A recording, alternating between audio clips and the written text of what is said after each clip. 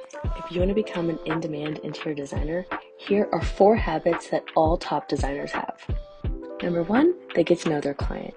Your client's personal space can tell you a lot about them, but it's important not to stop there.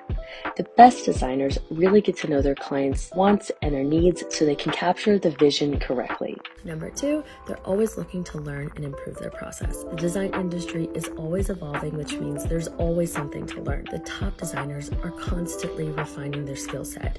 They're looking for systems like Materio to streamline every aspect of their business. Number 3, they choose their projects carefully.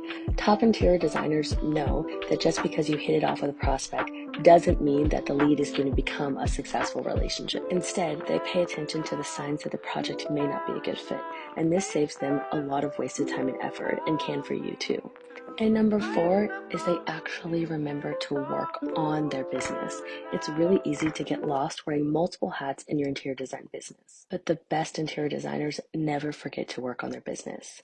This includes setting goals and making high-level profitable decisions. If you want more tips on becoming a successful interior designer, give us a follow.